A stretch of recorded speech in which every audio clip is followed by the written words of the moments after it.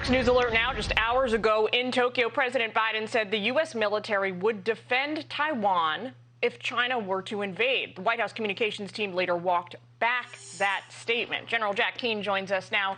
General, the walk back from the White House is prompting a lot of folks to say this appeared to be a gaffe by President Biden overseas.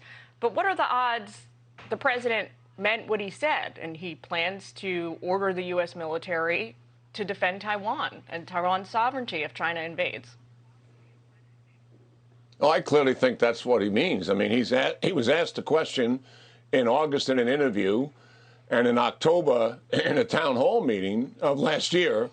That was pre-Ukraine, and he gave the same answer, actually using some of the same words. And now he's asked this question, I think motivated largely by what's taken place in Ukraine.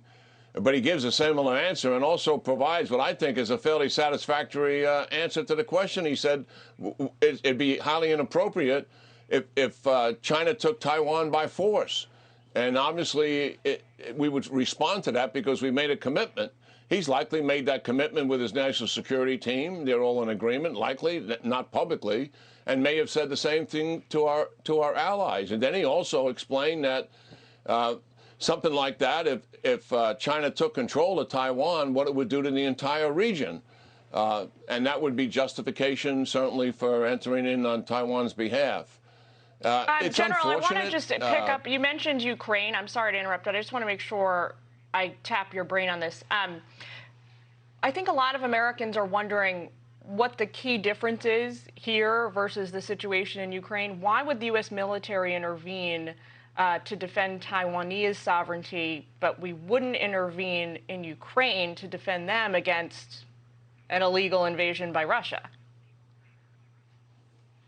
Yeah, well, because Ukraine was not aligned with the United States as part of NATO. President Bush recommended that. Germany and France immediately rejected it.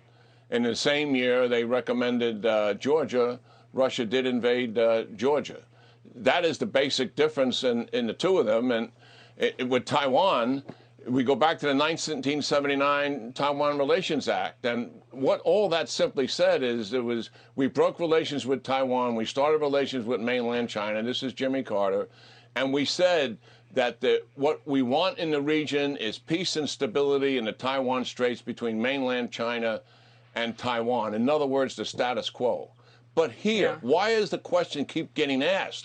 The reason is this, Jillian, because President Xi, when he came into power, with his public policy statements, made this statement, paraphrased by me, that the Taiwan situation will be resolved peacefully or forcefully. And he intends to do that while he is in power. He is threatening war with Taiwan.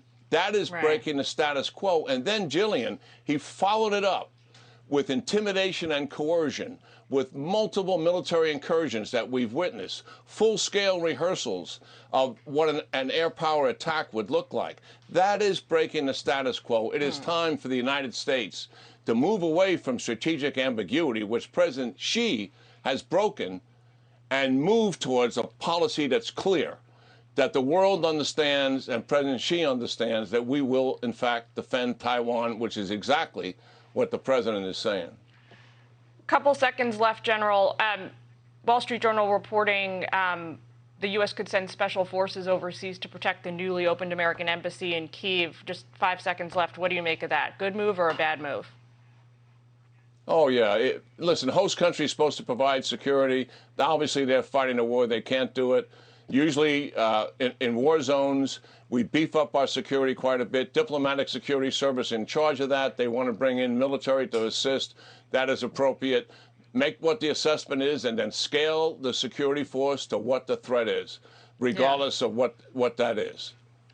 All right, General Keane, we got to leave it there, but could talk to you all morning. Thanks so much for joining us. Hi, everyone. I'm Brian Kilmeade. I want you to do me a favor. I want you to click to subscribe to the Fox News YouTube page. This is the only way that I know for sure that you're not going to miss any great commentary, any great news bites, any great interviews coming your way on Fox. You can get it all here on YouTube. So subscribe right now.